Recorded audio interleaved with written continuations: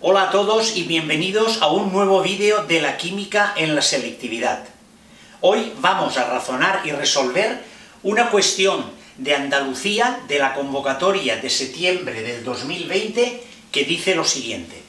Dos elementos presentan las siguientes configuraciones electrónicas: X, 1s2, 2s2, 2p6, 3s2, 3p6. Y 1s2, 2s2, 2p6, 3s1. El apartado A nos dice, indica razonadamente su posición en la tabla periódica. Para ello, como siempre, a la parte izquierda de la pantalla tenemos una serie de informaciones básicas teóricas para poder ayudarnos a resolver esta cuestión de una manera más clarividente.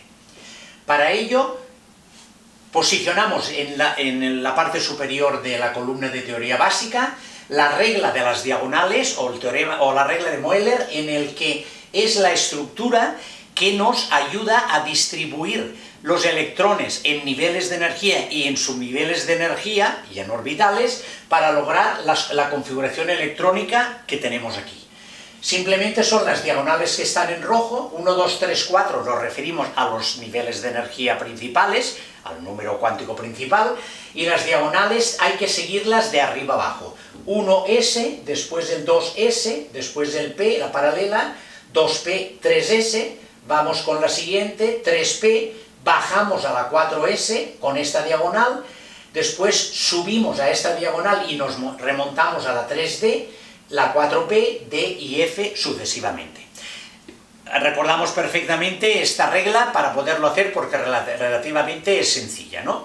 Una vez colocados todos los electrones que nos da el número atómico en un estado fundamental, que son el número de protones, pero coinciden con el número de electrones si es neutro, pues lógicamente la suma de todos estos electrones nos daría el número atómico del elemento en cuestión.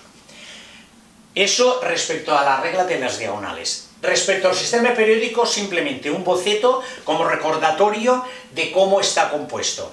Sabemos que el sistema periódico es una ordenación de los elementos químicos en orden creciente de su número atómico, que es el número de protones que posee en el núcleo. Esta ordenación llevó a configurarlo de modo que existen periodos, líneas horizontales, que todos definen un nivel energético, una capa dentro del átomo, y unos grupos determinados que daba la circunstancia de que al hacer esta ordenación por el número atómico resultó, y ahí estaba digamos, el acierto de la tabla periódica y el acierto de Mendeleev, de que en los grupos se agrupan elementos afines de comportamientos químicos, con lo que nos ayuda con mucha más claridad a poder realizar estudios determinados. Por lo tanto, periodos y grupos.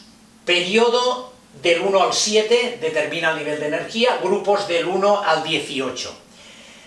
La numeración de los grupos, su número en cuestión nos define el número de electrones de valencia que posee en su última capa. Pero simplemente un recordatorio que no es consecuencia de este vídeo, ya lo haremos en otros vídeos determinados, es obviar un poco esta área intermedia de la tabla periódica, que es donde se ubican los metales de transición, y es además que a partir del nivel energético 4 comienzan los orbitales de aparecer con una serie de excepciones, digamos, que rompen la regla de las diagonales de algún modo determinado. Por eso obviaremos estas circunstancias que existen y están ahí, las veremos en otro vídeo, pero nos centraremos en la parte izquierda de la tabla periódica con el grupo 1 y el grupo 2, y pasaremos al grupo 13, que es la parte de los no metales que normalmente son los que más vamos a usar en toda nuestra química al nivel que nos movemos. Por lo tanto, el nivel energético 1 y 2 representa que tienen 1 o 2 electrones en su última capa de valencia. Los niveles del 13 al 18 representarán que la segunda cifra del dígito de 10, el 13 el 3, el 14 el 4, estos 3, 4 y 5 hasta el 8 representan los electrones de valencia que posee el elemento en cuestión. Bueno, pues dicho esto, y con estas clarividencias, está claro que la solución es relativamente sencilla. Nosotros, a la vista de la configuración electrónica, tenemos que fijarnos para posicionarlo en la tabla periódica en el número más elevado que tenga de nivel energético en este aspecto. O sea, en el número más elevado de los que definen las capas de los átomos. En este caso es el 3. Y, por otra parte, después nos fijaremos en los electrones que haya en la distribución dada por la regla de las diagonales en cada uno de los subniveles u orbitales que nos movemos. En este caso concreto nos encontramos en el número 3, que nos definirá el periodo número 3, y por otra parte los electrones que hay, que son S2 y P6 son 8, nos posicionará en este caso en el último grupo de la tabla periódica, que es el grupo 18, que nos define que tiene 8 electrones en su última capa, que casualmente, por esta cuestión, nos encontramos en el grupo de los gases nobles con su octeto completo y con sus características especiales. Por lo tanto, el posicionamiento del elemento X, por esta razón de este es el periodo y los electrones nos dan el grupo, está en el periodo 3 y en el grupo 18, los 8 electrones que hemos comentado del grupo 18, en este caso de los gases nobles. Y el elemento I, pues tenemos lo mismo. Miramos la estructura electrónica, nos fijamos en el número más elevado, en el máximo nivel de energía, y nos encontramos con el periodo 3, que es el mismo casualmente que el anterior. Pero aquí tenemos solamente un subnivel de energía, un orbital S con un electrón. Luego ese electrón nos posiciona en el otro extremo de la tabla periódica, en el grupo 1, que es el grupo de los alcalinos, y entonces el posicionamiento está claro del elemento. O sea, en el grupo 3 se encuentran los dos, uno aquí y otro aquí. Por lo tanto, el I está igual en el periodo 3 y en el grupo 1. Con estas dos consideraciones hemos solucionado el apartado A de la cuestión, y realmente no tiene dificultad, pero tenemos que aclarar y tener los conceptos básicos para poderlos utilizar a posteriori en otras necesidades de estas consideraciones que acabo de comentar de la tabla periódica.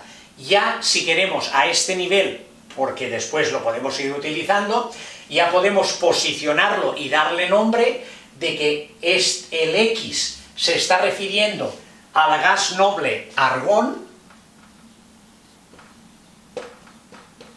y el otro extremo nos estamos refiriendo el I al sodio.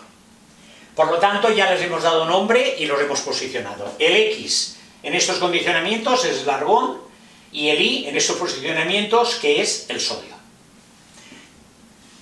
¿De acuerdo? Pues pasamos al apartado B. El apartado B nos dice: los valores de la primera energía de ionización son 496 y 1520. Son dos valores que no especifican simplemente a quién corresponde. Y es la pregunta: ¿cuál será el valor asociado a cada elemento de los que nos ocupa? Para ello, en nuestra tabla de teoría básica, he definido la energía de ionización, que especifica: es la mínima cantidad de energía que hay que aplicar a un átomo neutro en su estado electrónico fundamental y gaseoso para arrancar un electrón y convertirlo en un catión gaseoso y en estado fundamental. Lógicamente, la dificultad o facilidad de poder arrancar un electrón de la corteza electrónica dependerá, desde un punto de vista lógico, de la atracción que tenga ese electrón con el núcleo determinado. Por lo tanto, dependerá de varias facetas, pero sobre todo de lo que más dependerá será de la distancia que haya entre el posicionamiento del electrón con el núcleo determinado. Por eso hay que acordarse de la variación de la energía de ionización en la tabla periódica y ahora la explicaremos. La energía de ionización en un periodo avanza de esta manera, de menos a más. ¿Y por qué?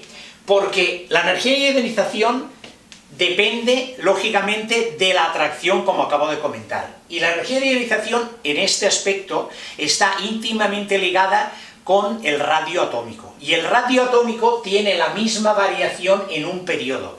A medida que se van colocando electrones en la misma capa, en el mismo nivel de energía, por el tema de la carga nuclear efectiva y el apantallamiento, el radio atómico disminuye. Y como el radio atómico disminuye, quiere decir que hay más atracción entre el electrón y el núcleo determinado, por lo que el radio atómico disminuye, y al disminuir el radio atómico, la atracción aumentará y la dificultad de arrancar ese electrón aumentará, digamos, proporcionalmente a la variación del radio atómico que posee en un periodo. En un grupo, lógicamente, actúa al revés. Esto es el mismo criterio que he utilizado, es de menos a más, Pero se entiende un poco mejor si lo posicionaríamos de más a menos. O sea, lógicamente, en los primeros periodos de la tabla periódica hay menos capas y por lo tanto el electrón está más cerca del núcleo y por lo tanto hay más atracción. Al haber más atracción necesitaremos más energía de ionización para arrancarlo. A medida que bajamos en los periodos, el electrón está más separado del núcleo y por lo tanto la atracción será menor y será más fácil el poder arrancarlo. Por eso la energía de ionización va de menos a más en los grupos. Pero repito, si pensamos un poco la lógica, que es lo mismo que decir que va de más a menos en los grupos. Lo digo por si en algún aspecto determinado encontráis esa flecha al revés que se puede producir de esta manera determinada. Entonces, en nuestro caso concreto, tenemos una circunstancia que nos define que es que los dos se encuentran en el mismo periodo. Luego, al encontrarse en el mismo periodo, solo tenemos que establecer esta correlación. O sea, en el mismo periodo avanza desde aquí hasta aquí. O sea, aquí habrá más energía de ionización, será más difícil el arrancar el electrón por las circunstancias dichas, y aquí más fácil. Si el sodio está aquí y el argón está aquí, está claro que de estos dos datos que tenemos, el 4,96 kilojulios que corresponderá al sodio, o al elemento I, y el 1520 kilojulios corresponderá al argón, que será el elemento X. Por estas circunstancias, El radio atómico disminuye, hay más atracción, luego la energía de ionización mayor corresponde al argón, al gas noble, y la energía de ionización menor corresponderá al principio del periodo, que es donde se inicia el crecimiento. Con esto tenemos perfectamente definida y explicada la cuestión B. Y para terminar, resolveremos el apartado C de la cuestión que nos ocupa, que nos dice: razona cuál de ellos tiene tendencia a formar enlace iónico. El enlace iónico todos conocemos, y lo tenéis perfectamente establecido en todo vuestro temario, que es un enlace de cesión o aceptación de electrones. ¿Con qué finalidad? Con la finalidad de lograr una estructura más estable, que lógicamente la que es más estable por excelencia es la de los gases nobles que hablábamos hace un instante, tanto anterior o posterior dependiendo de la posición que se encuentre en la tabla periódica. Por lo tanto, en nuestro caso, tenemos el sodio, el elemento I, que se encuentra en el grupo 1, que tiene un solo electrón en su última capa y estará realmente deseando soltar ese electrón para quedarse con una configuración electrónica más estable, cercana a la de su gas noble más cercano. Por lo tanto, el sodio es el que tenderá a ceder ese electrón. ¿Y quién lo aceptaría? en el caso de la explicación del enlace iónico? Pues lo aceptarían los elementos de la derecha del sistema periódico que les faltan pocos electrones para llegar al octeto de 8 electrones del octeto completo de su gas noble más cercano, que serían pues los halógenos o unos parecidos de al lado que tienen 6-7 electrones en su última capa para poder alcanzar los 8 deseados de la configuración más estable. Por lo tanto, dicho esto, está muy claro que de nuestros dos elementos, el sodio es el que tendrá mucha más tendencia a formar enlace iónico que el argón no es que no tendrá tendencia a formar enlace iónico, es que no tendrá tendencia a formar ningún tipo de enlace por sus características de gas noble, con su octeto completo y con sus consideraciones de estabilidad dentro del entorno químico que le rodea. Por lo tanto, la respuesta a la pregunta, ¿cuál de ellos es la que tiene tendencia? Pues es el sodio, por tener un solo electrón en su última capa o capa de valencia. Muy bien, pues esta es la respuesta. El argón ya sabemos sus consideraciones específicas y por lo tanto con esto damos resuelta la cuestión. Espero haber sido útil otra vez. Nuestro objetivo es ayudaros a aprobar el examen de selectividad o EBAU en la próxima convocatoria. Si realmente he cumplido mi objetivo, darle like, os lo agradecería, y suscribiros porque la selectividad está cerca y de este modo no os perderéis ninguno de los vídeos que vamos publicando. Hasta el próximo vídeo.